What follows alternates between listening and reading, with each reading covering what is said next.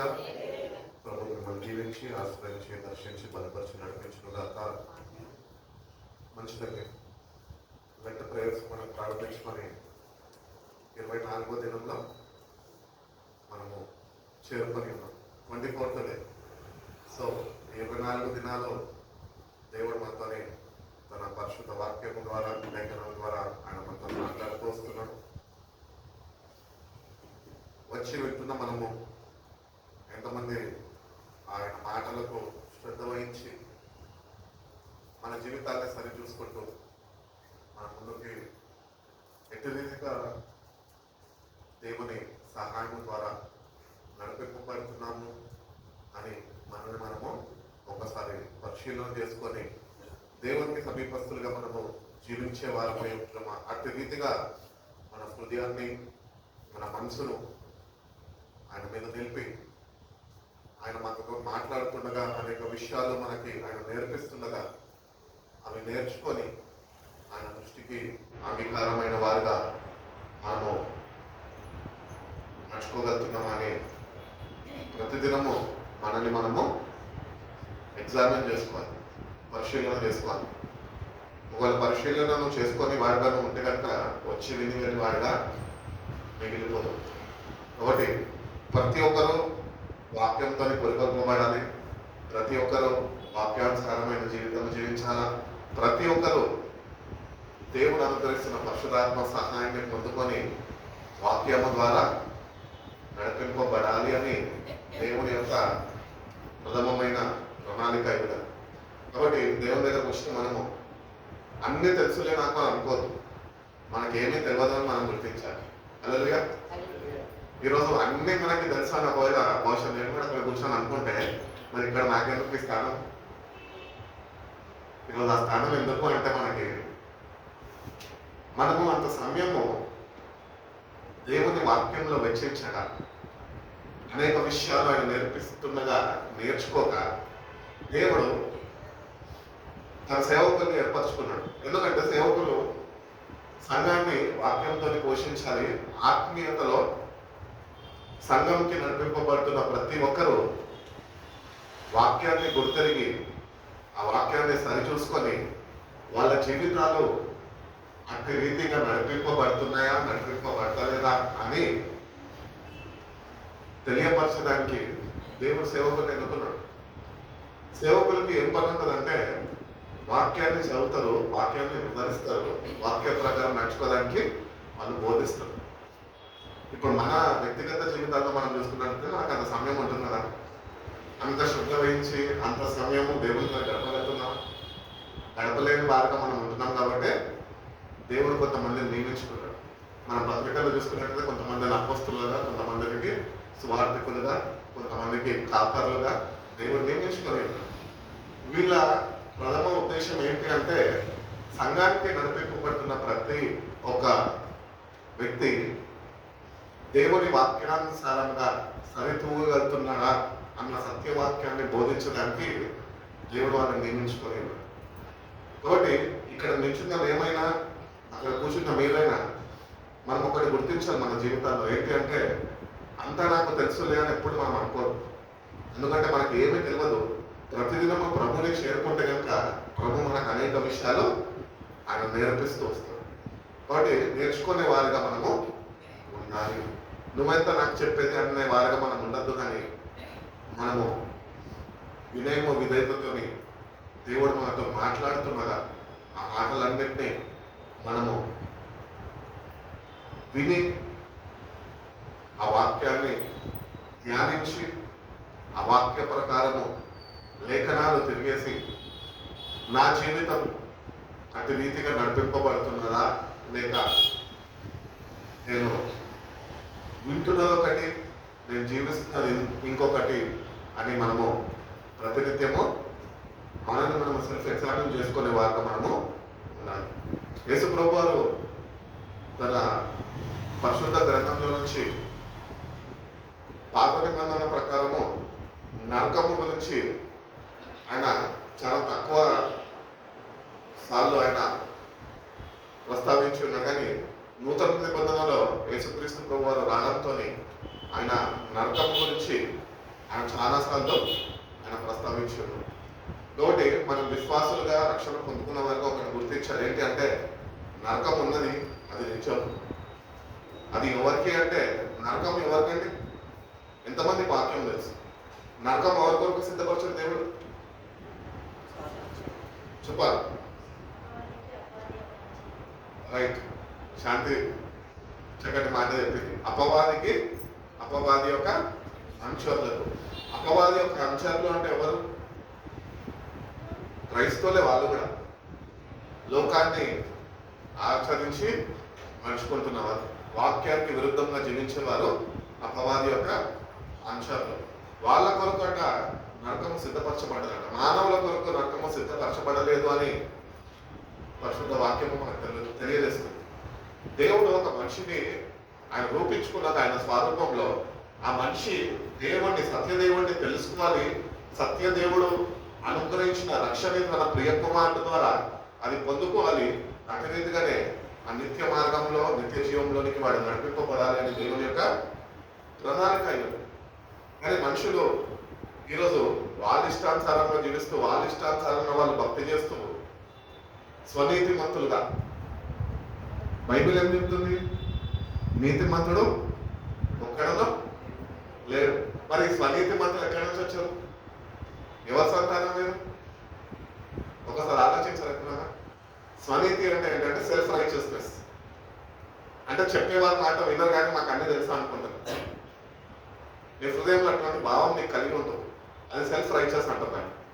So ఈ self righteousness అనేది మనలో ఉండకుండా మనము నీతిమంతుడైన దేవుడు దగ్గరికి మనము రావాలి. మనలో ఉంటున్న స్వనీతిని మనము దూరపరచుకోవాలి. ఎందుకంటే నీ స్వనీతి నేను ఎక్కడికి తీసుకెళ్తుంది అంటే నరకానికి ఇచ్చుకోగలుగుతుంది. అన్నీ నాకు తెలుసులే అని అనుకుంటాను. అసలు నీకేం తెలుసు? ప్రతిదినము వాక్యం చదువుతున్నావు, వాక్య ప్రకారం నువ్వు జీవించగలుగుతున్నావు, అటు రీతిగా నీ అడుగులను స్థిరపరచుకోగలుగుతున్నావు, సరిదిద్దుకోగలుగుతున్నావు. కాబట్టి స్వనీతి అనేది నీలో ఈరోజు ఉన్నదేమో. ఈ శిల్వ ధ్యానంలో ఒకటి గుర్తించాలి. నీతిమంతుడు ఒక్కడునూ లేడు. నీతిమంతుడు అంటూ మూలన ఉన్నారు అంటే నీ కొరకు నా కొరకు ప్రాణము ధారపోసిన యేసు మాత్రమే. నీతి అందుకనే అన్నారు కదా, మొదట నా నీతిని, నా రాజ్యాన్ని మీరు వెతకండి. నీతిమంతుడు అంటూ ఆయననే. ఈరోజు మనిషి అంటూ ఈ లోకంలో ఏమీ లేదు కదా, ఆయననే మనిషి. అందుకనే ఆయన శిష్యులు వచ్చి అంటూ ఉంటారు, సద్బోధకుడు అన్నాడు. ఎందుకు నువ్వు నన్ను సద్బోధకుడు అని పిలుస్తున్నావు అన్నాడు. యువర్ ఎ గుడ్ టీచర్ అని చెప్పి ఆయన పిలిచారు. ఎందుకంటే ఆయన సత్యంని, నీతిని నెరవేర్చువాడు. ఆయన నీతిని నెరవేర్చువాడు కనుకనే మానవుల కొరకు, రక్షణ కొరకు తన ప్రియ కుమారుడిని మన కొరకు ఈ భూమిపై పంపి, ఆ ప్రియ కుమారుడు తండ్రికి విధేయుడై తన ప్రాణాన్ని ప్రదర్శనలో దారపోయడానికి ఆయన సిద్ధపడిన వాడు కావచ్చు.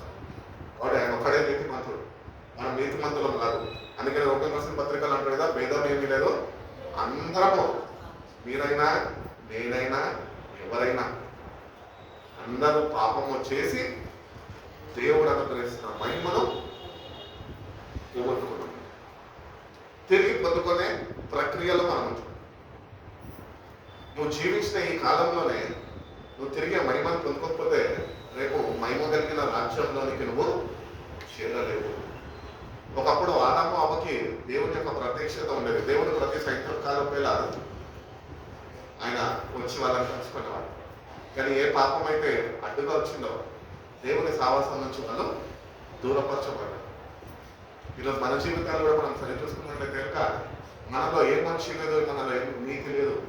కానీ దేవుడు మన కొరకు బలియాగంగా మన ప్రియ కుమారుడిని అర్పించిన కనుకనే ఈరోజు ఆ బలియాగం ద్వారా వాక్యం చెల్లిస్తున్న రీతిగా మీరు ఆయన యందు విశ్వసించి మీ పాపాలు ఒప్పుకొని కడగబడితే మీరు నీతిమంతులుగా తీర్చిదిద్దబడ్డారు అని వాక్యం చెప్తుంది. కాబట్టి ఈరోజు నిజంగా నీతిమంతులుగా తీర్చిదిద్దబడ్డామా అన్న ప్రశ్న మనకి ప్రతిదినము ఉండాలి. నీతిగా జీవిస్తున్నావా? నీతిని అనుసరిస్తున్నావా? ఆ ప్రకారము నీ జీవితాన్ని మలుచుకొని నువ్వు నడిపింపబడుతున్నావా? లేకపోతే కనుక నీలో ఉంటున్న స్వనీతే అట్టి రీతిగా నడుచుకోక అది అడ్డుపడుతున్నది. కాబట్టి నీలో స్వనీతి ఉండకుండా జాగ్రత్త వహించాలని దేవుని వాక్యము మనకు తెలియజేస్తుంది.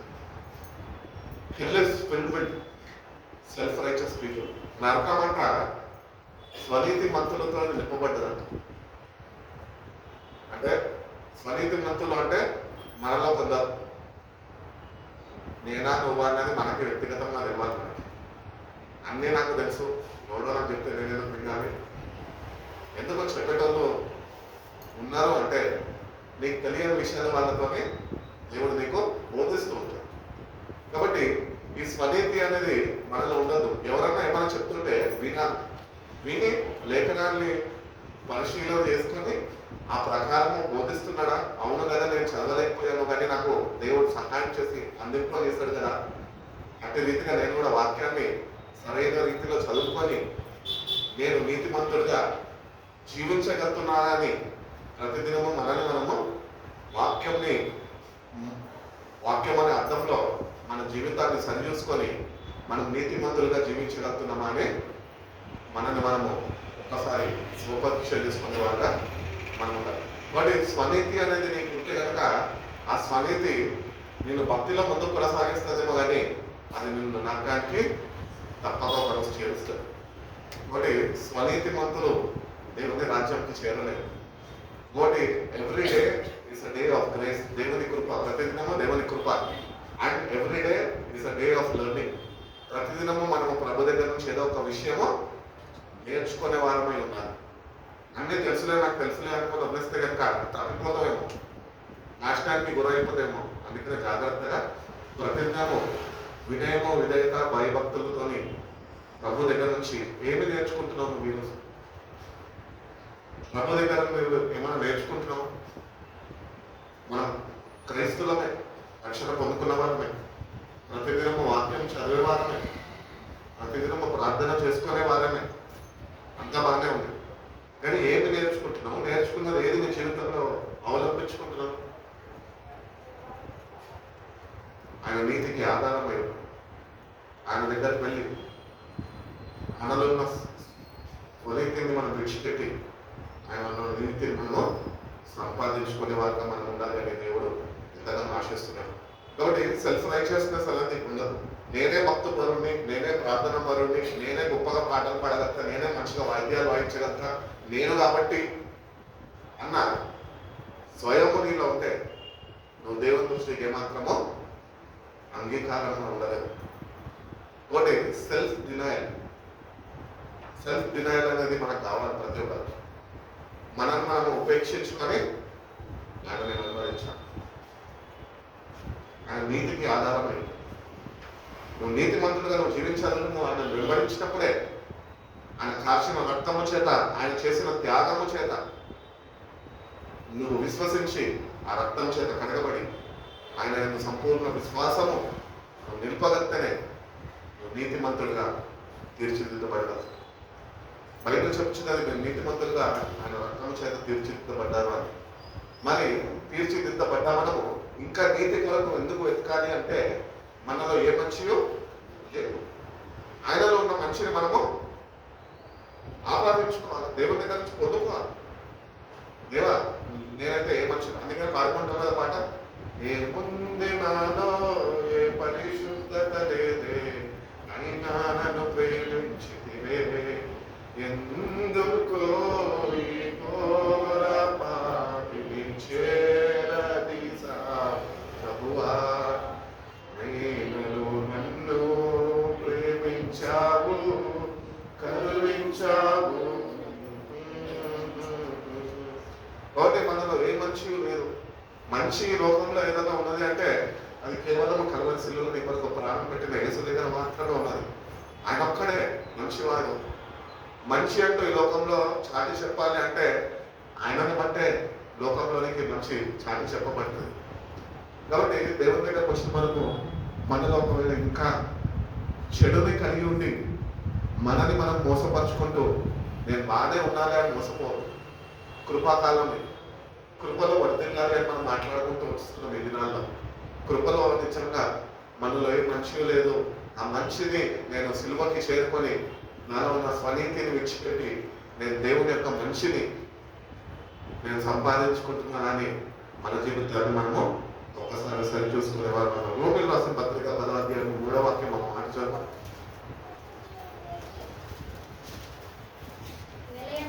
ఏలైనగా వాళ్ళు దేవుని నీతిని ఎరగక వాళ్ళ స్వనీతిని స్థాపింపగొరుకొనుచు దేవుని నీతికి లోబడలేదట. విశ్వసించు ప్రతి వానికి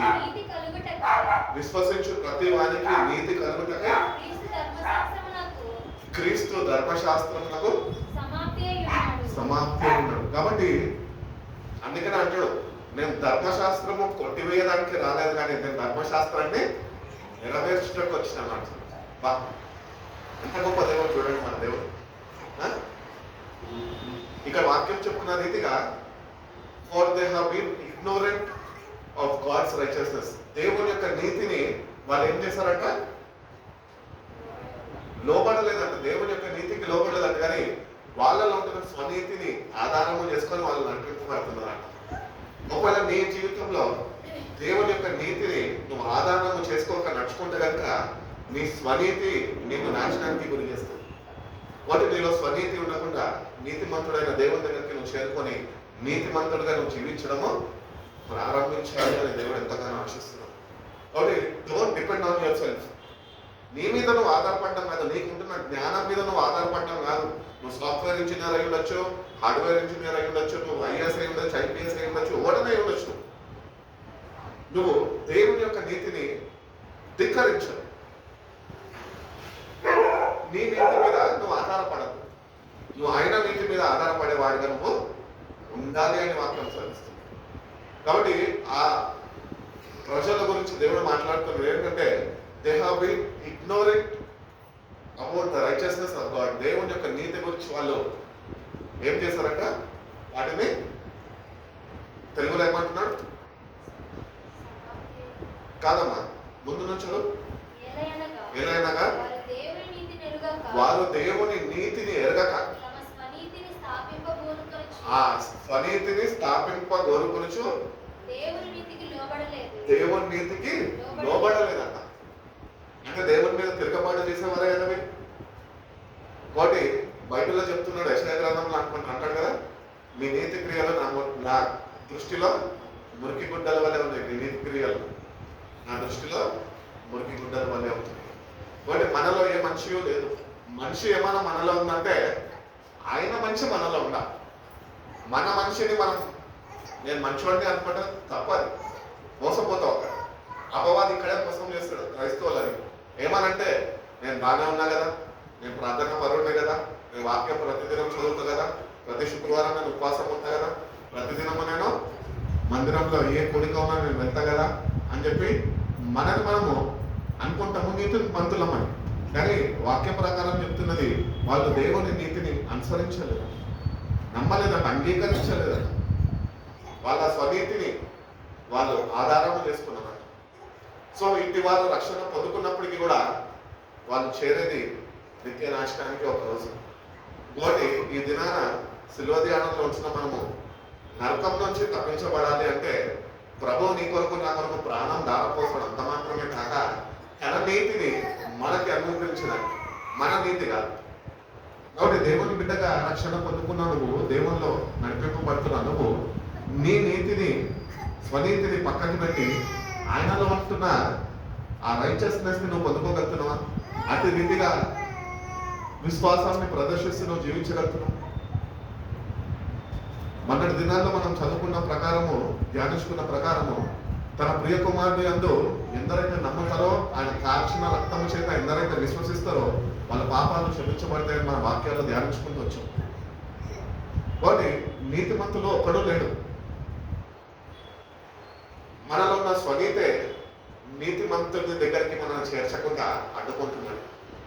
ఈరోజు దీనిలో స్వనీతి ఉంటే కనుక నన్ను తొలగించుకోమని దేవుడు మనకి తెలియపరుస్తున్నాడు. కాబట్టి don't be ignorant of God's righteousness. దేవుని యొక్క నీతిని ధిక్కరించడం, దాని మీద ఆధారపడు. అటు రీతిగా నీతిగా బ్రతకడము నేర్పించమని నేర్చుకొని అట్టి రీతిగా దేవుని రక్తము చేత కడగబడి ఆయన సంపూర్ణ విశ్వాసము చేత నీతిమంతుడిగా జీవించు. అందుకని వాక్యం చెప్తుంది కదా, నీతిమంతులు విశ్వాసం మూలంగా వాళ్ళ జీవిస్తారు. అబ్రహాం నీతిమంతుడు, దేవుడు పెంచాడు, నమ్మాడు, ఎదురు చూశాడు, నీతిమంతుడుగా పెంచబడ్డాడు, విశ్వాసముకు తండ్రిగా ఎంచబడ్డాడు. ఈరోజు అదే బీజము నీలో ఉంటే నువ్వు కూడా నీతిమంతుడుగా దేవుని నీతిని అనుసరించి నువ్వు నడుచుకోగలవు. దేవుని మీద సంపూర్ణంగా నువ్వు ఆధారపడే వాడిగా నువ్వు ఉండగలవు. ఈరోజు మన జీవితాన్ని చూసుకుంటే మనకున్న వాటి మీద, మనం కలిగి ఉన్న వాటి మీద ఆధారపడే వాళ్ళగా మనం ఉంటుంది. కానీ దేవుడు వచ్చినాడు అవన్నీ అక్కడికి రావాలి. అక్కడికి వచ్చేది ఏదైనా ఉన్నది అంటే అది నేను తప్ప ఇంకెవరు నీకు లేదు. ఒకటి దేవుని నీతిని అనుసరించి మన జీవితాన్ని మనము ఒకసారి ఆ నాశనానికి గురి కాకుండా సరి చూసుకునే వారిగా మనము ఉండాలి అని దేవుడు ఎంతగానో ఆశిస్తున్నాడు. One of the greatest deceptions in this world is self righteousness. ఈ లోకము మోసపోతుంది, క్రైస్తవ సమాజము మోసపోతుంది. ఏం తెలుసా? స్వనీతితో. అన్నీ మాకు తెలుసు. నేను సంఘంలో వచ్చే వాళ్ళకి అందరికీ అన్నీ తెలుసున్నప్పుడు సంఘం ఎందుకు ఉండాలి, సంఘంలో సేవకుడు ఎందుకు ఉండాలి, బోధించే పని అని నా దగ్గర పని పాట లేక. కాబట్టి మనము వెచ్చించని సమయము సేవకులు దేవుని సన్నిధిలో వాక్యంతో వెచ్చించి కొన్ని విషయాలు తెలియపరుస్తుండగా అవి మనము నేర్చుకునే వారుగా, విధేయత చూపి వాటిని రిసీవ్ చేసుకునే వారుగా ఉంటే మనము స్వనీతి నుంచి తప్పించబడి నీతిమంతులలోకి చేర్చబడతాము అని దేవుని వాక్యము మనకి తెలియపరుస్తుంది. కాబట్టి మెనీ పీపుల్ బిలీవ్ నేను మంచి వ్యక్తినే, I'm a good person, I help others, నేను ఇతరులకి సహాయం చేస్తాను, నేను ప్రతిదినము ప్రార్థనలకు వెళ్తాను, చర్చికి వెళ్తాను, నేను సరైన జీవితము జీవిస్తున్నాను. ఎవరన్నా సరైన జీవితం జీవిస్తున్నామమ్మా? పొద్దున్న చేస్తే ఎక్కడో ఒక దగ్గర బోధించి నేనన్నా, వింటున్నా మీరన్నా, ఎక్కడో ఒక దగ్గర స్వనీతి మీద ఆధారపడి మనము చేయాలనే కార్యాలను మనము చేస్తూ ఉంటాం. కాబట్టి మనలో ఏ మంచి లేదు. మనం మంచి వాళ్ళం కాదు, మనం మంచి వాళ్ళం కాదు కాబట్టే ఆయన మంచివాడు కాబట్టే నిన్ను ప్రేమించాడు, నీ కొరకు ప్రాణం రాకపోసగలడు. ఎందుకంటే నిన్ను కూడా మంచివాడిగా మార్చడానికి. కాబట్టి నీవేమన్నా మంచి ఉన్నది, ఈరోజు దేవుని నమ్ముకున్నావు, కొన్ని సంవత్సరాలు అయిపోయింది, మందిరానికి నడుపబడుతున్నావు, కానీ దేవుడు మన హృదయాలను చూస్తున్నప్పుడు, ఆయన తొంగి మన హృదయాల లోతుల్లో చూస్తున్నప్పుడు నీకు అసూయ, పగ, ద్వేషము, కక్షలు, ఈర్ష్య, క్షమాపణ లేని మనసు నువ్వు కలిగి ఉంటున్నావే.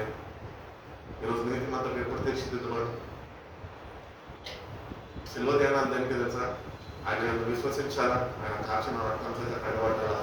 అటు రీతిగానే నీ స్వనీతిని నువ్వు విడిచిపెట్టి నీతిమంతుడుగా నువ్వు చేర్చబడాలి. అందుకనే ఈ శిల్వ ధ్యానం. You have to be made righteous in the sight of God. దేవుని దృష్టిలో నువ్వు నీతిమంతుడుగా నువ్వు ఎంచబడాలి, దానికి సమర్పణ కావాలి. వాళ్ళు దేవుడికి సమర్పించుకుంటారు కాబట్టి నీతిమంతులుగా ఎంచబడ్డారు. విశ్వాసం సైతం, అటు విశ్వాసం మనం కలిగేసుకుంటున్నాం, అటు విశ్వాసం కలిగి జీవించగలుగుతున్నాం.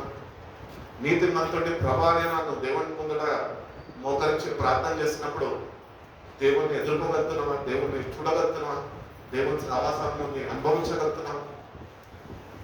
మనం స్వనీతిమంతులం కాబట్టే మనం ప్రార్థన చేస్తున్నప్పటికీ అది నామకార్థ ప్రార్థన ఉంటుంది, కానీ మన ప్రార్థనలో ఏమాత్రమో ప్రభు యొక్క సన్నిధిని, సావాసాన్ని, ఆయన ముఖ దర్శనాన్ని మనము అనుభవించలేని వారిగా మనం ఉంటున్నాం. ఎందుకు కారణాలు అంటే నీలో ఉంటున్న స్వనీతే. ఈ రోజు కన్నా నీలో ఉంటున్న సెల్ఫ్ రైచియస్నెస్ ని విడిచిపెట్టేసి అది అపవాదాన్ని కలగజేస్తాడు, మోసపోదు. నీతిమంతుడు ఒక్కడునో లేడు అని వాక్యం చెప్తుంది. నేను పాపిని ఒప్పుకొని ప్రభు దగ్గరికి చేరు, ప్రభు నిన్ను దర్శించకపోతే అన్నాడు, ఒప్పుకో, నాలో ఏ మంచి లేదయ్యా, ఎందుకయ్యా నన్ను నువ్వు ప్రేమించావు, ఎందుకు నన్ను నువ్వు కోరుకున్నావు, ఎందుకు నన్ను రక్షించుకున్నావు, నాలో ఏ మంచి లేదు కదా. మంచి ఏమన్నా ఉన్నది అంటే అది కేవలం నీలోనే ఉన్నది కదయ్యా.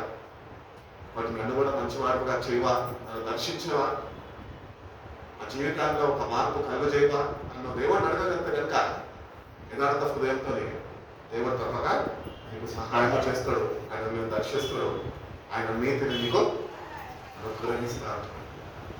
ఒకటి నీతిమంతులు అంటే క్రీస్తు రక్తంతోనే కడగబడిన వారు. ప్రతిదినము వాళ్ళ జీవితాన్ని వాళ్ళు పరిశుద్ధపరచుకుంటూ ఉంటారు. కాబట్టి పరిశుద్ధపరచబడాలి. Purification is a process. ఒకసారి అయిపోదు, ప్యూరిఫై అవుతా ఉంటారు. అందుకనే మిమ్మల్ని అగ్నిలో వేసి కుటుంబం వేస్తా అంటున్నాను. ఎందుకంటే మనలో ఉంటున్న కల్మషం అంతా విడిచిపెట్టాల, ఆయనలో ఉన్న పరిశుద్ధత మనలో నింపబడాలి అని దేవుడు కోరుకోవచ్చు. కాబట్టి స్వనీతి మీద ఆధారపడే వారుగా మనం ఉంటే కనుక మన భక్తుల్లో మనం మోసపోతాం. కాబట్టి నీలో ఈ రోజు కన్నా స్వనీతి ఉంటే కనుక నన్ను విడిచిపెట్టేసి ప్రభుకి నీ జీవితాన్ని అప్పగించేసి, ప్రభావ నాలో ఏ మనిషి లేదయ్యా, నన్ను నీతిమంతులను తీర్చిదిద్దుపడకు అని కుమారుడు కాల్చిన రక్తము చేత నేను విశ్వసించి నా పాపాలన్నీ నేను ఒప్పుకొని నేను కడగబడి నీతిమంతుడుగా ఎంచబడే కృపను నాకు కూడా దయచేయి ప్రభు అని నువ్వు ప్రభుని వేడుకోగలిగితే ప్రభు తప్పక నీతిమంతుడుగా నేను చేర్చగలుగుతాను. అందుకని అంటారు కదా, అడుగుతే కానీ అమ్మన అన్నం పెడతారా. ఆకలి అయినప్పుడు అమ్మ ఆకలి అవుతుంది అంటే అమ్మ అన్నం పెడుతుంది. అట్టరీతిగా దేవుడిని కూడా మనం వేడుకోవాలి, ప్రతిదినము వేడుకోవాలి. ప్రభా నాలో ఏ నీతి లేదయ్యా, నీ నీతిని నాకు అనుగ్రహించవా, నాలో ఉంటున్న స్వనీతిని నువ్వు తొలగించి నాకు సహాయం చేయవా నేను దేవుడిని అడగలిగితే కనుక దేవుడు తప్పక సహాయం చేస్తానని దేవుడు చెప్తాడు. ఎఫెసీయులకు రాసిన పత్రిక 2వ అధ్యాయం 8-9 వాక్యాలు చూడండి. మీరు విశ్వాసము ద్వారా కృప చేతనే రక్షింపబడి ఉన్నారు. ఇది మీ వలన కలిగినది కాదు, దేవుని వరమే. చదవమ్మా. ఇది క్రియల వల్ల, అది క్రియల వలన కలిగినది కాదు కనుక ఎవరును అతిశయపడన వీలు లేదు అని చెప్తున్నాడు క్లియర్గా. వాటి మనలో మనం ఏమీ చేయలేము. అందుకని ఒక్కడైనా పౌలన్నాడు కదా, నన్ను బలపరచువాడు విధము నేను సమస్తము చేయగలను. I can do all things the one who strengthens me. దేవుడు నిన్ను బలపరచాలి, దేవుడు నిన్ను నీతిమంతుడిగా ఇచ్చాలి, నీ భక్తి నిన్ను నీతిమంతుడిగా తీర్చిదిద్దాడు, నీ మంచి క్రియలు నిన్ను నీతిమంతుడిగా తీర్చిదిద్దాడు. నీకుంటున్న బలము బలిగముతోని నువ్వు నీతిమంతుడిగా కాలేవు. క్రీస్తు బలియాగము ద్వారా ఆయన రక్తము చేత నువ్వు కలగబడితేనే నువ్వు నీతిమంతుడిగా నువ్వు ఎంచబడతావు అని దేవుడు. నువ్వు దేన్ని బట్టి ఆశ్రయించదు కానీ నీ జీవితంలో కేవలము మన కుమారుడు నీ మనకు ప్రాణం దారిపోసాడు కనుక ఆయనను బట్టి ఆ సిల్వర్ బట్టి నువ్వు ఆశ్రయించే వాడుగా ఉంటే కనుక నువ్వు నీతిమంతుడి యొక్క జాబితాలో నువ్వు కూడా చేర్చబడతావు అని మీరు వాక్యం చెప్తుంది. నువ్వు ఎంతమంది నిజంగా గుండె మీద చేసుకొని చెప్పగలుగుతాం మనం నీతిమంతులు? నేనైతే చెప్పగలుగుతాను, నేను నీతిమంతుడిని అని చెప్పాలి. నేను నీతిమంతుడిగా చేయబడుతున్నానా అని చెప్పగలుగుతున్నాం. మనం ప్రతిదినం అంటే సావాసంలో ఉండి మనల్ని మనం ఉపేక్షించుకొని మనము ఆయన సిలువని మోసుకొని మన సిలువని మోసుకొని ఆయన వెంబడిస్తున్నామా? నీతి క్రియలు చేయగలుగుతున్నామా? నీతి క్రియలు అంటే ఏంటి? ఆపదలో ఉన్న వారికి ఆడుకోవడము, లేని వారిని శ్రద్ధ వహించి కాపాడుకోవడము, వాళ్ళ అవసరతను తీర్చడం, ఇవన్నీ దేవుడు నేర్పించిన సత్యం బోధ. ఇదంతా ఆయన చేసి చూపించాడు, అట్టి రీతిగా మనం జీవించాడు. కానీ మనం అట్టి రీతిగా చేయక మనమే నీతిమంతులుగా మనల్ని మన మందిరాల్లో ప్రదర్శించుకుంటూ ఉంటాం. నీ స్వనీతి దేవుడు అసహించుకుంటున్నాడు. వాటి నీలో ఉంటున్న స్వనీతి ఉంటే కనుక నన్ను తొలగించు. క్రీస్తు రక్తము చేత వీటికన్నా నువ్వు కడగబడాలి అని దేవుడు తెలియజేస్తున్నాడు. కాబట్టి సత్యవంతుడు అంటూ ఎవరన్నా ఉన్నారు అంటే కేవలం ఆయన. అందుకని అన్నాడు కదా, నేనే మార్గము, నేనే సత్యము, నేనే జీవము అన్నాడు. నా ద్వారా తండ్రి యొద్దకు ఎవడును చేరలేడు,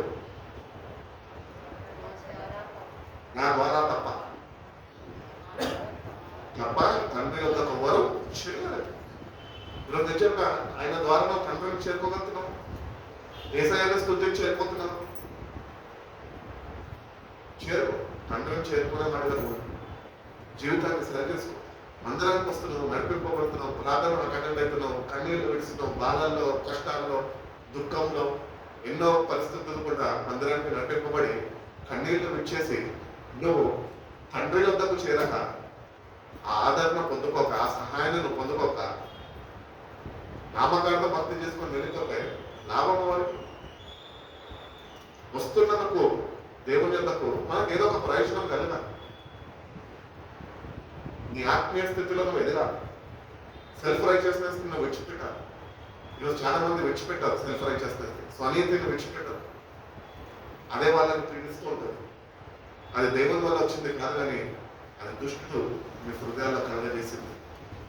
కాబట్టి దాన్ని మనం తొలగించుకోవాలి అంటే నీతిమయంతుడైన దేవుని యందు సంపూర్ణ విశ్వాసము మనకు కలిగి ఆయన కుమారుడు రాసిన రక్తము చేత ప్రతినిత్యము మనం కడగబడుతూ ఒక చక్కటి మనసాక్షితోని దేవుని యొద్దకు మనము రావాలి. వాత వేయబడిన మనసాక్షి మనం పేరుకే భక్తి చేస్తాం, కానీ దేవుని వాక్య ప్రకారము మన హృదయాలు ఆయన దూరంగా ఉంటుంది. ఎవరున్నారు మీ హృదయంలో ఈరోజు? చంద్రబాబు నాయుడు ఉన్నాడా, లేకపోతే రేవంత్ రెడ్డి ఉన్నాడా? ఎవరున్నారు? ఎవరి మీద ఆధారపడుతుంది? మా వాళ్ళండి, మా కులం అండి, అన్ని తలపులతో మనము పీడింపబడుతున్నాం కుల గజ్జతో. ఎవరు నీ వారు కాదు. బైబిల్ చెప్తుంది కదా, నువ్వు ఏమీయో తెలియదు, నువ్వు ఏమీయో తీసుకుంటావు. ఎవరు నీకని రాదు. దేవుడు ఒక్కటే. ఆయన నీ మనకు పరమును విడిచి ఈ భూమిపైకి దిగి వచ్చాడు, తన ప్రాణాన్ని దారిపోసాడు, నీతోని ఒక నిబంధన చేసుకున్నాడు. సదాకాలం వరకు నేను నీకు తోడై ఉంటాను. ఆయన ఒక్కడే నీతో ఉంటే నువ్వు గమ్యస్థానాన్ని నువ్వు చేరుకోగలవు, నీతిమంతుడుగా నువ్వు జీవించగలవు. దేవుని వాక్యాన్ని అనుసరించి నీ జీవితాన్ని సరిదిద్దుకొని నువ్వు ఆయనకు సమీపస్తుగా జీవిస్తూ నీ యాత్రని ముగించుకున్నగానే ఆయన సన్నిధిలోనికి నువ్వు చేరుకునేవాడుగా నువ్వు ఉండగలుగుతావు. అంతేగాని మనము స్వనీతి మీద ఆధారపడి నాకెందుకులే, ఎవరో చెప్పడం నాకు అవసరం లేదు అని అనుకొని విరవీకిని అనుకో, నష్టపోయేది ఒక రోజు ఉన్నాయి. కాబట్టి మోసపోతుంది. జాగ్రత్త వహించి మనలో ఏ నీతియో ఏ మంచియో లేదు అని మనం గుర్తించి ఆయన దగ్గరికి వెళ్ళి పశ్చాత్తాపడితే, మారు మనసు చెందితే, దేవుడు అనుగ్రహిస్తున్న క్షమాపణ మారు మనసు పొందుకుంటే నీతిమంతుడుగా జీవించే కృపను దేవుడు నీకు అనుగ్రహిస్తున్నాడని దేవుడు చెప్తున్నాడు. ప్రసంగి గ్రంథం 7వ అధ్యాయం 20వ వాక్యంలో ఒక మాట అంతా చూడండి, చక్కటి మాట.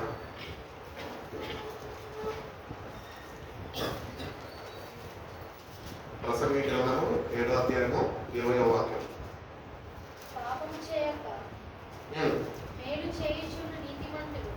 పాపం చేయక మేలు చేయుచు నీతిమంతుడు భూమి మీద ఒక్కడైనను లేడు. ఈ పనివాడు నిన్ను శపించుట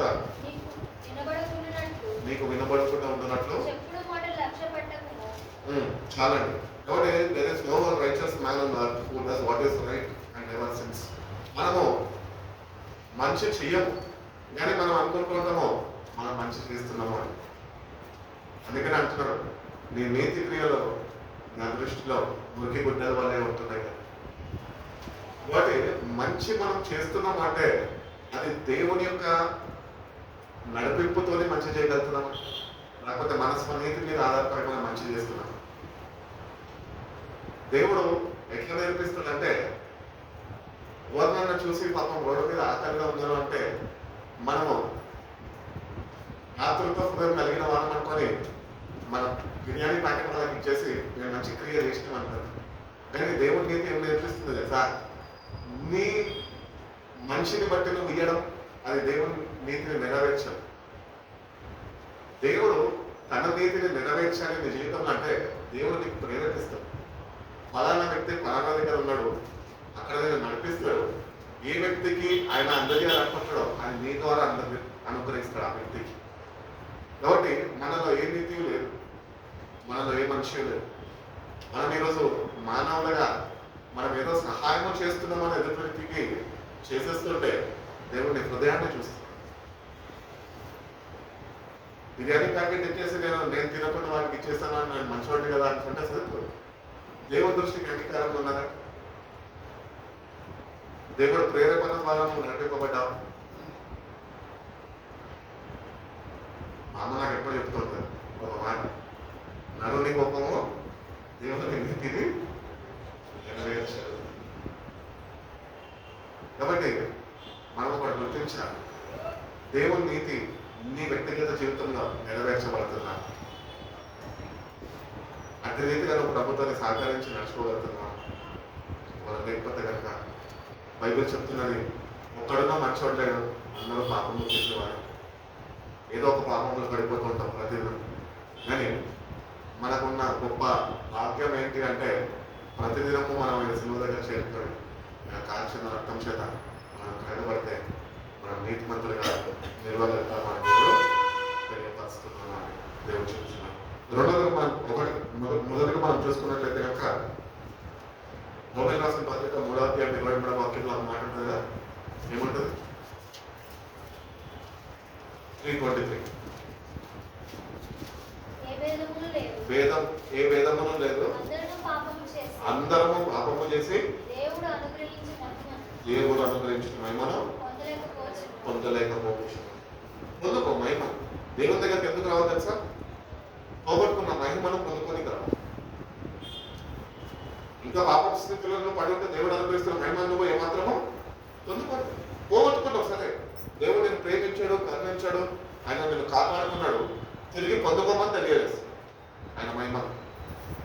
మందిరానికి నడిపింపబడుతున్న మనం, ప్రార్థన చేస్తున్నాం, మనం వాక్యం చదువుతున్న మనము పోగొట్టుకున్న మహిమను పొందుకోగలుగుతున్నామా? ఆ మహిమలో నిలిచి ఉండగలుగుతున్నామా? ఆ మహిమతో కలిపి జీవించగలుగుతున్నాం? లేకపోతే మన జీవితాలను మనం సరి చూస్తున్నాము. అదే రోమీయులకు రాసిన పత్రిక 3వ అధ్యాయం 20వ వాక్యం చదువు. ఎలయనగా ధర్మశాస్త్రం సంబంధమైన క్రియల మూలంగా ఏ మనుషుడు ఆయన దృష్టికి ఆ బైబిల్ నాకు తెలుసు అని చెప్పేసి ధర్మశాస్త్రాన్ని ఆధారం చేసుకుని బతికేస్తే నువ్వు నీతిమంతుడిగా తీర్చిదిద్దబడలేవు. ధర్మశాస్త్రాన్ని ఆధారం చేసుకునే వాక్యం చెప్తున్నాడు. అంటే you have to have faith in the son of God. ఆయన కుమారుడు యొక్క విశ్వాసం ఉంచాలి అనేందు ఆయన కాల్చిన రక్తం ముందు సంపూర్ణ విశ్వాసము కనపరచబడినప్పుడే, కనపరచగలిగితేనే నీతిమంతుడిగా నువ్వు ఎంచబడతావు. కాబట్టి empty religion cannot justify you. ఈరోజు మనము ఏ రిలీజియన్లో ఉంటున్నాం? రిలీజియన్ అంటే తెలుగులో మతం. ఇది మతం కాదు, ఇది మార్గం. ఈ మార్గంలో నడుచుకుంటున్నాం. మనము ఎంతో కాలం నుంచి నడుస్తున్నాం. నీతిని వెతుకుతున్నామా? ఆ ప్రకారం జీవించగలుగుతున్నాం? అట్టి రీతిగా మన జీవితాలు మార్చబడాలని దేవుడిని వేడుకుంటున్నాం. నేను కూడా నీతిమంతులుగా ఒకటిగా చేరాలని, రాజ్యంలోనికి నేను కూడా ఒక వారసునిగా ఉండాలి అని మనం ప్రతిదినము దేవుని దగ్గర వేడుకుంటున్నాం. లేకపోతే కనుక ఈరోజు నుంచి ఒకటే గుర్తించు, నీ భక్తి నిన్ను నీతిమంతుడిగా నేను తీర్చిదిద్దదు. నువ్వు చేసే భక్తి నేను నీతిమంతుడిగా తీర్చిదిద్దదు. దేవుడే నేను నీతిమంతుడిగా తీర్చిదిద్దాలంటే సరైన రీతిలో వాక్యాన్ని కనుగొని, వాక్యాన్ని ధ్యానించి ఆ ప్రకారము జీవించడం ప్రారంభిస్తేనే నీతిమంతులుగా, దేవుని సహాయం మీద ఆధారపడి నువ్వు నీతిమంతులుగా నువ్వు తీర్చిదిద్దబడగలుగుతావు అని దేవుడు చెప్తున్నాను. కాబట్టి క్రైస్తవుడిని అని మోసపోదు. ఇప్పుడు క్రైస్తవత్యము అంటే ఒక మతం కింద అందరూ అంటున్నారు. దేవుడిని అంగీకరించిన మనము, విశ్వసించిన మనము ఇది మతం కాదు, ఇది మార్గము అని మనం నమ్ముతున్నాం. మరి మార్గంలో మనం నడిపింపబడుతున్నప్పుడు నీతిమంతుడుగా నువ్వు తీర్చిదిద్దబడగలుగుతున్నావు? నీతిగా జీవించగలుగుతున్నావా? నీలో ఉంటున్న స్వనీతిని నువ్వు తొలగించుకొని దేవుని యొక్క నీతిని నువ్వు ఆపాదించుకోగలుగుతున్నావు, సంపాదించుకోగలుగుతున్నావు, ఆ నీతిని కలిగి జీవించగలుగుతున్నావు? నేటి నుంచి జీవించడము ప్రారంభిస్తాము దేవుని యొక్క సహాయాన్ని మనం వేడుకున్నాం. గలాతీయులకు రాసిన పత్రిక 2వ అధ్యాయం 16వ వాక్యం చూడండి.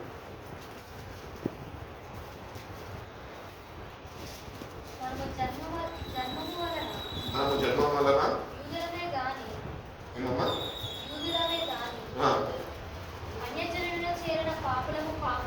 అన్యజనులలో చేరిన పాపులము కాము, మనుషుడు యేసుక్రీస్తు నందలి విశ్వాసము వలనే గాని ధర్మశాస్త్ర సంబంధమైన ధర్మశాస్త్ర సంబంధమైన క్రియల మూలంగా నీతిమంతుడుగా తీర్చబడని ఎరిగి మనమును ధర్మశాస్త్రమైన సంబంధమైన క్రియల మూలమున కాక క్రీస్తునందలి విశ్వాసము వలననే నీతిమంతులమని తీర్చబడుటకై యేసుక్రీస్తునందు విశ్వాసము ఉంచి ఉన్నాము. చాలా మంది కాబట్టి కర్మశాస్త్రం చాలా మంది అనుకుంటారు వాక్యం మనకు తెలుసండి అంటారు. వాక్యం తెలిస్తే సరిపోదు. వాక్య ప్రకారం నువ్వు జీవించగలుగుతున్నావు, నీతిగా నువ్వు జీవించగలుగుతున్నావు, నీతి అడుగు జాడలలో నువ్వు అడుగులు వేయగలుగుతున్నావు. ధర్మశాస్త్రాన్ని ఆధారం చేసుకొని నీ స్వనీతిని నువ్వు ప్రదర్శించుకొని ఎంతో మంది రక్షణ పొందుకున్న వారే తప్పిపోతున్నారు. ఎందుకంటే సరైన వాక్య ధ్యానము లేక, దేవునితో సమయం గడపక, దేవుడే వాక్యమై ఉన్నాడు.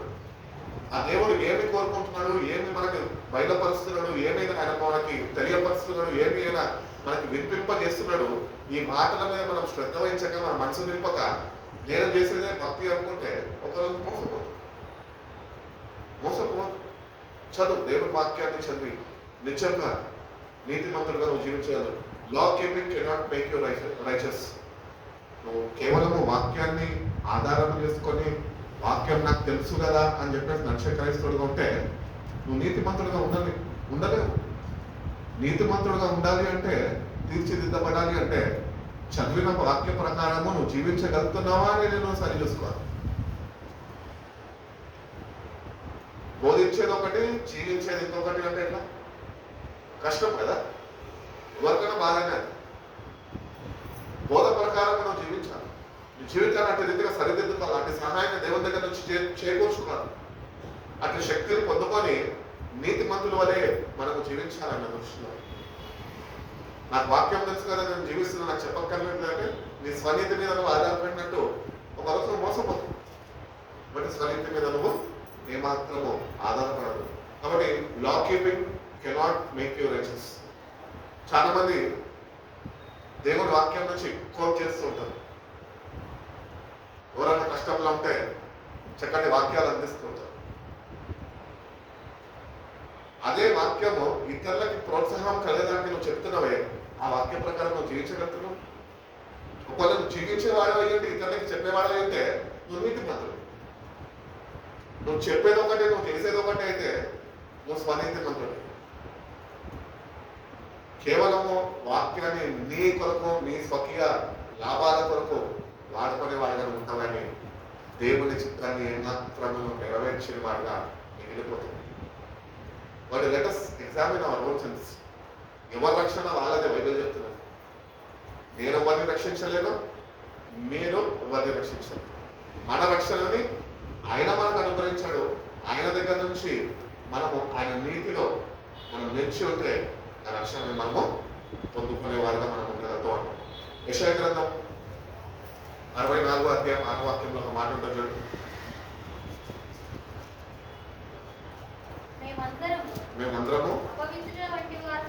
మేమందరము అపవిత్రమైన వారం అయితే మా నీతి క్రియలన్నీ మురికి గుడ్డ వలె ఆయన. మేమందరము ఆకువలే వాడిపోతే గాలివానకు కొట్టుకోని వాళ్ళుగా మా దోషములు మమ్మల్ని కొట్టుకోపోయారు. కాబట్టి ఫిల్తీ రైచియస్నెస్, ఇది సెల్ఫ్ రైచియస్నెస్ అనేది మురికి గుడ్డ వంటిది అని దేవుడు వాక్యం చెప్తుంది. వాటి నీలో, నాలో, మనలో ఏ మంచి లేదు. కానీ మనిషి లేని మనలో ఆయన మంచిగా చేకూరుస్తా అంటున్నాడు. అది మనం పొందుకోగలుగుతున్నాం ఆయన ఎదురు. అటు రీతిగా జీవించగలుగుతున్నామా? దేవుని దృష్టికి అంగీకారంగా వాక్య ప్రకారం మనము అడుగుని సరిదిద్దుకోగలుగుతున్నామా? కాబట్టి మనలో ఏ మంచియో లేదు. మీ నీతి క్రియలన్నీ మురికి గుడ్డల వల్లే ఉంటున్నాయి అంటున్నాం. మనం 10 మందికి అన్నదానం చేస్తామో, 1000 మందికి అన్నదానం చేస్తామో, నేను కాబట్టి చేశాను. లోకం అనుకుంటుంది, అబ్బా ఎంత ఆత్మతత్వం కలిగిన వాడు ఫిలిప్ అన్న 1000 మందికి అన్నం పెట్టాడు, బా సేవకుడు అంటే ఇట్లా ఉంటాడు అని మనం పొగుడతాం.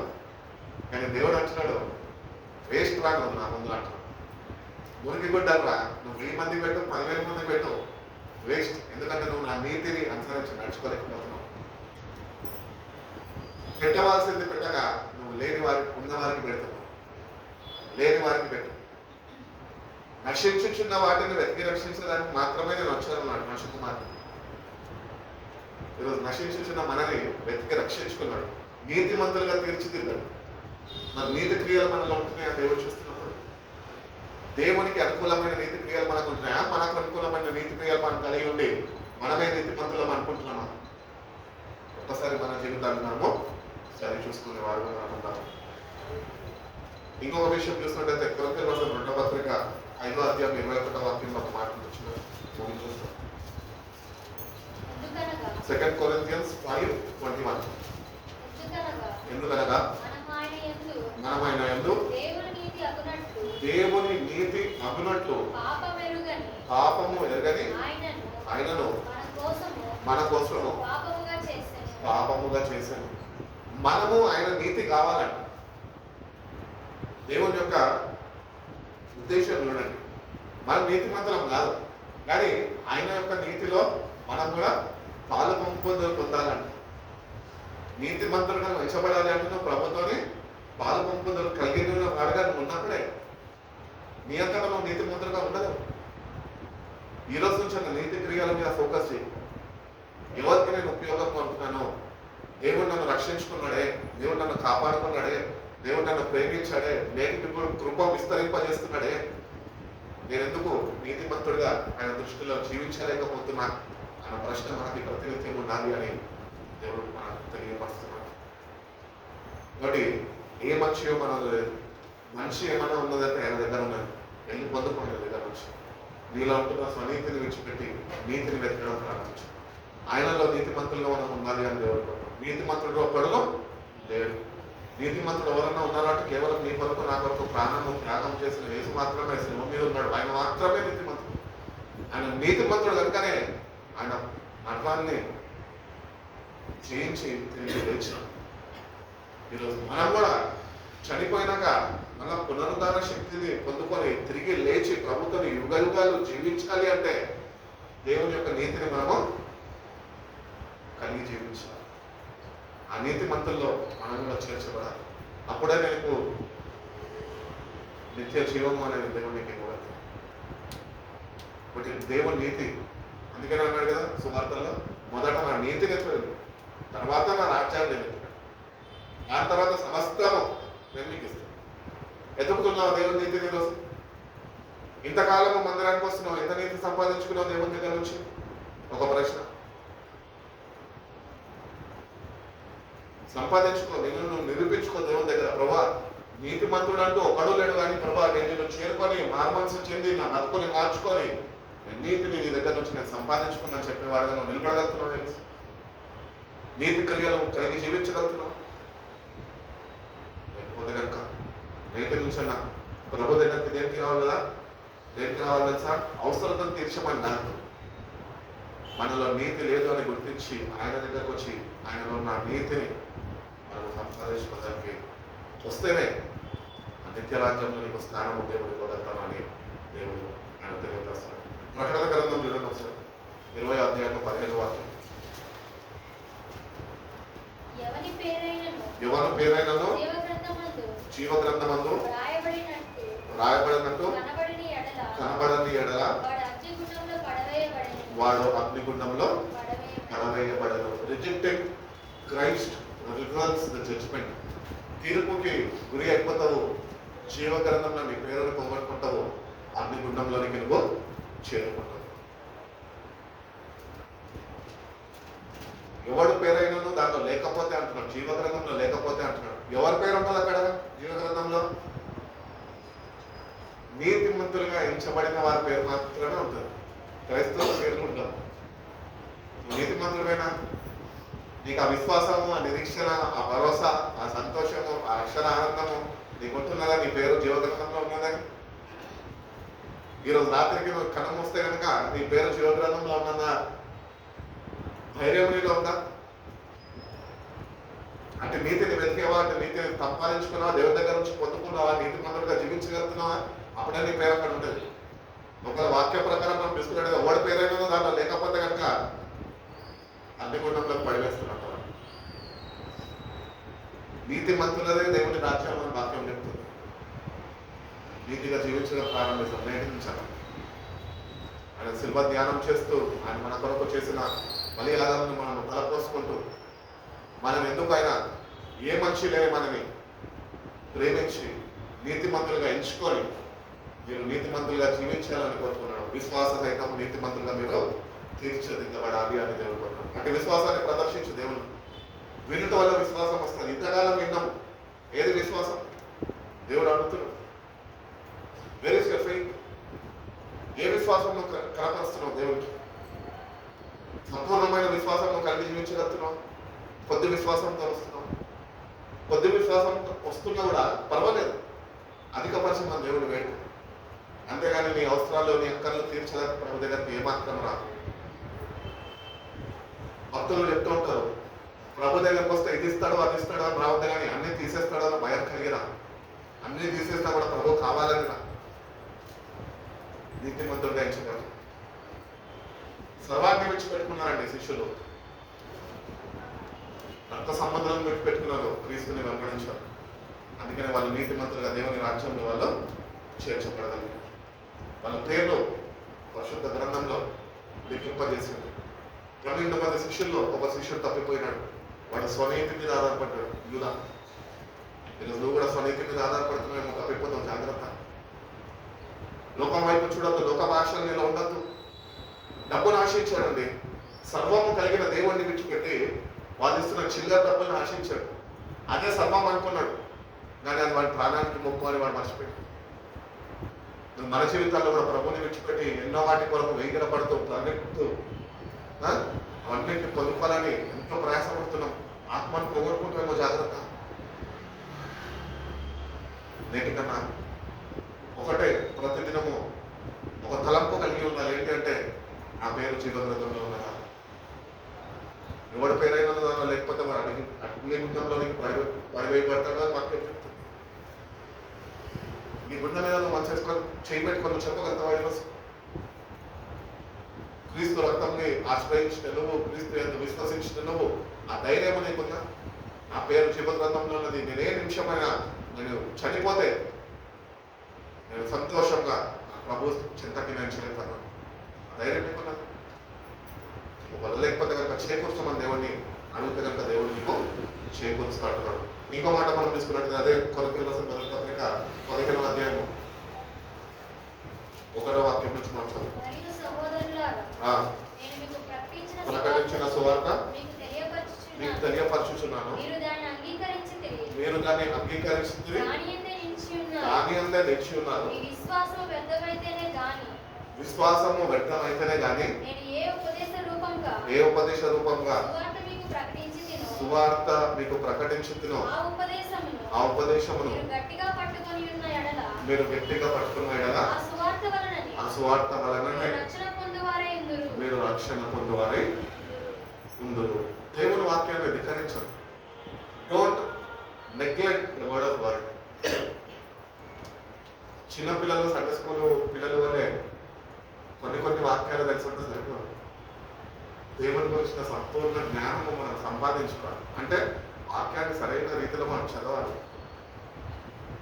డిస్పాన్షనల్ ట్రూత్ అనేది మనకు తెలియాలి. వాక్యాన్ని సరైన రీతిలో మనము విభాగింపచేసి దాన్ని అర్థం చేసుకునే ప్రకారం నడుచుకోవాలి.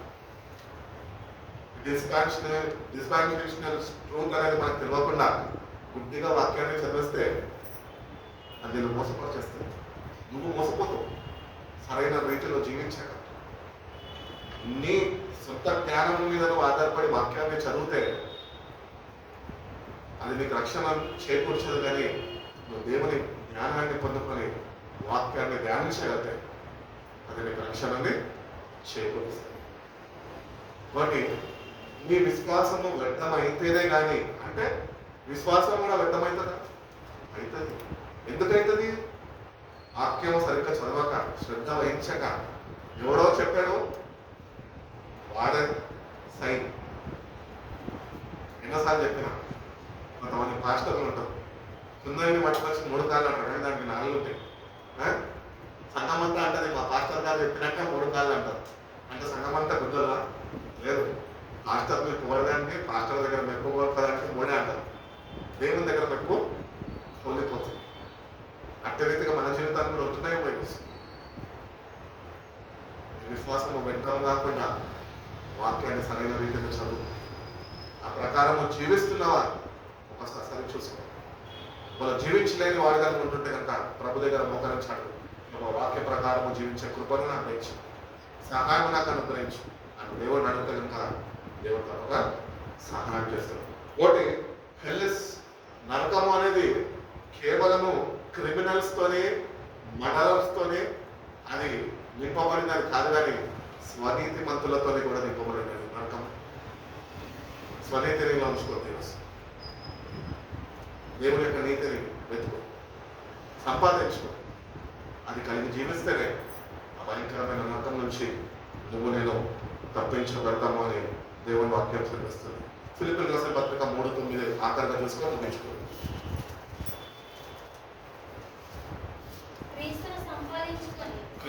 క్రీస్తుని సంపాదించుకొని ధర్మశాస్త్ర మూలమైన నా నీతిని గాక క్రీస్తునందరి విశ్వాసము వలన నీతి అనగా విశ్వాసమును బట్టి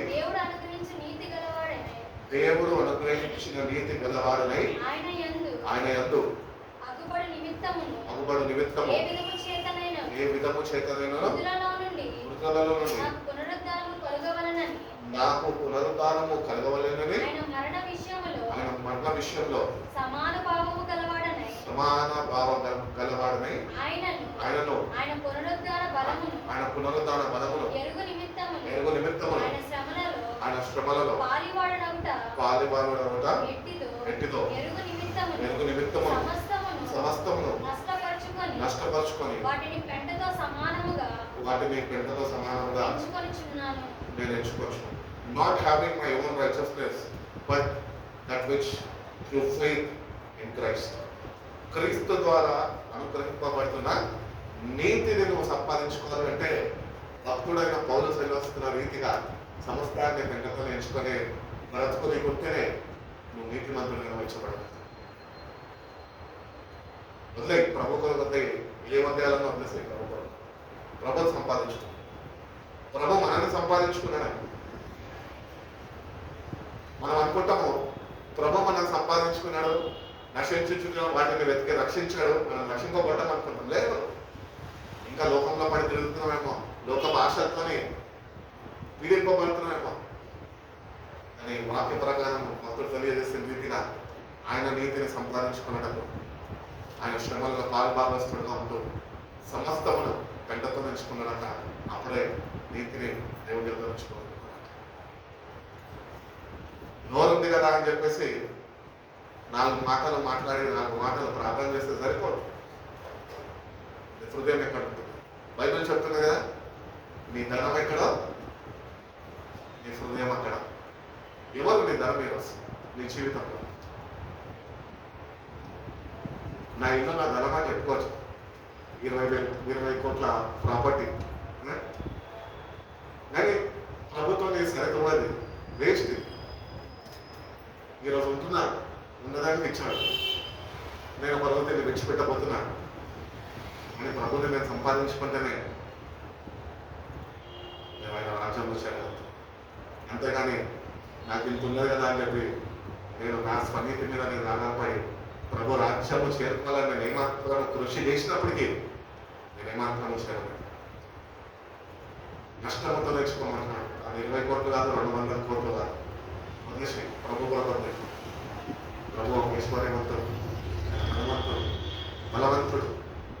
నిన్ను నన్ను నరకం నుంచి తప్పించడానికి నిన్ను నన్ను ప్రేమించి ఈ భూమిపైకి దిగి వచ్చాడు. నా ప్రాణాన్ని దారిపోసాడు, రక్తాన్ని చెల్లించాడు. ఆయన ఏదో నువ్వు విశ్వసించగలితే నువ్వు నీతిమంతుడుగా నువ్వు తీర్చిదిద్దగలవు. నీతి క్రియలు ఆయన యొక్క నుంచి నేర్చుకోవాలి. అటు నీతి క్రియలను మనము కొనసాగించే వారు. మన నీతిని మనం కొనసాగించడం కాదు, కానీ స్వనీతి మీద ఆధారపడదు. దేవుని యొక్క నీతిని అనుసరించి ఆ నీతి ప్రకారం మనం జీవించగలిగితేనే జీవకరణంలోని పేరు ఆమోదింప చేయబడుతుంది, లెక్కింపబడుతుంది, ఆ పేరు భద్రపరచబడుతుంది, దేవుని రాజ్యంలో చేరగలుగుతాం. కాబట్టి ఒకటే గుర్తిస్తాం, ఈ యాత్రలో తుది శ్వాస వచ్చినప్పుడు అంతా సమాప్తం అనుకుంటాం, ఇంక అయిపోయింది అని. అయిపోయింది కాదు, అక్కడే ప్రారంభమవుతుంది అని గుర్తించి your beginning of your life starts there.